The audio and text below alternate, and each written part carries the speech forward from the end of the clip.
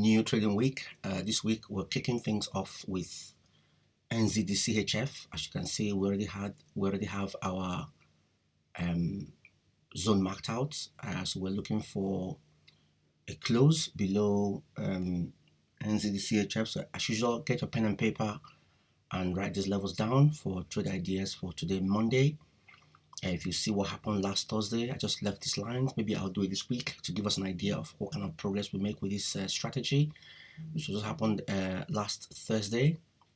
You see, it broke the level and we had a very good trade all the way down here before the market went back up again. So today we're looking for a close below this level. So NZD-CHF 0.61236 or 0.61356, okay, for a buy, and then a close below this for a sell. Okay, that's that one, and the range is quite narrow. So again, just to emphasize that, that's your range. Your range is going to be 12 pips, and then if you add about 5 pips, your stop loss will be about 17 pips either way, and then you can take your trade long for 2 to 1, or take your trade shorts for this way as well. Okay, so GBP/USD has started to move. It's already closed below, so I'll probably leave this for today. It's already made this move above, it closed below, and this should have been our entry here.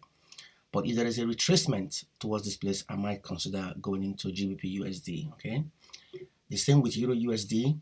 EUR/USD already closed below, but as you can see, it's going back into the range. So we'll see what happens with that one. I'll leave it and see where this closes. Okay, AUD/USD has also breached the range, but it's not closed below it.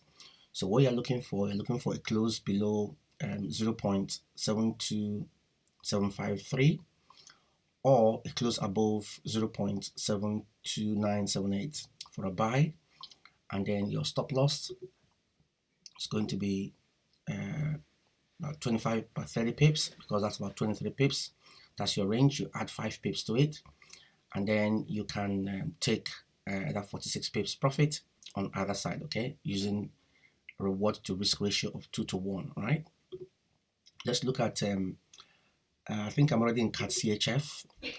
CAD/CHF already broke, so it broke and closed, and I'm already in this trade, which is already in profit. Okay, so you can see it's quite simple. Broke below, closed, and then I entered for a sell here about an hour ago, I think.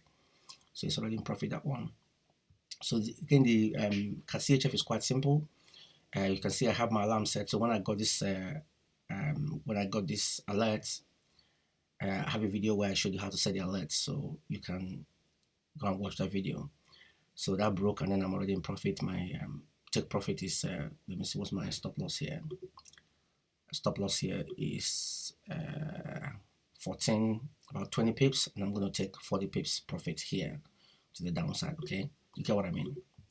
I'm going to take it from where I entered from around here, be around 40 pips. So my profit will be around this zone here. Okay, I'll just take my profit here. Okay, let's go. Right, so what's the next one? Let's look at one more idea. So I've told you about GBP/USD, EUR/USD, AUD/USD has also broke. Well, we talked about one already. So GBP/NZD, again, the principle is simple. We're looking for a break above this level for a buy, and then a break below for a sell. So these are the levels. I'm going to copy all this down, and then over the coming days, we're going to monitor our progress and see what would have happened if we've taken the trades. All right.